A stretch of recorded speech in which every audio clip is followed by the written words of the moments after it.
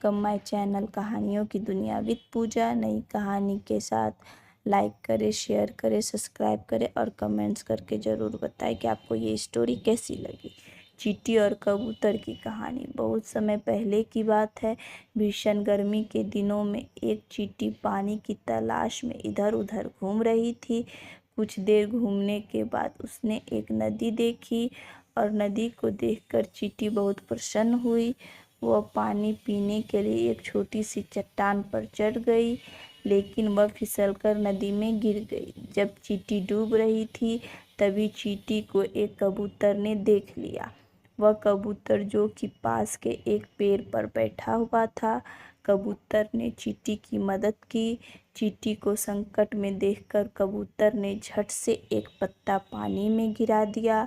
चींटी पत्ते की ओर बढ़ी और उस पर चढ़ गई। फिर कबूतर ने ध्यान से पत्ते को बाहर निकाला और ज़मीन पर रख दिया।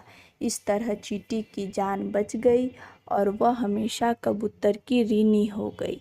इस घटना के बाद चींटी और कबूतर सबसे अच्छे दोस्त बन गए और उनके दिन खुशी से बीते। तभी कुछ दिनों के बाद एक दिन जंगल में एक शिकारी आया।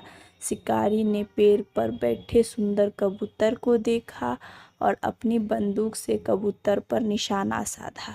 यह सब वह चींटी देख रही थी जिस चींटी को उस कबूतर ने बचाया था।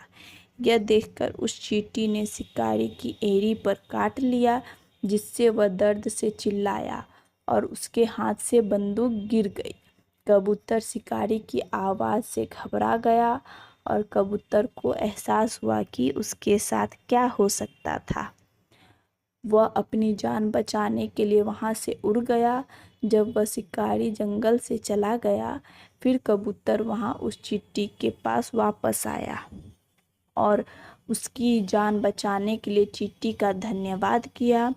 इस तरह दोनों दोस्त चींटी और कबूतर विपत्ति के समय में एक दूसरे के काम आए। कहानी की सीख। इस कहानी से हमें यह शिक्षा मिलती है कि जीवन में किए गए अच्छे कर्म कभी व्यर्थ नहीं जाते। हमेशा अच्छे कर्म करते रहे, क्योंकि उनका फल अवश्य वापस आपके पास लौटता है।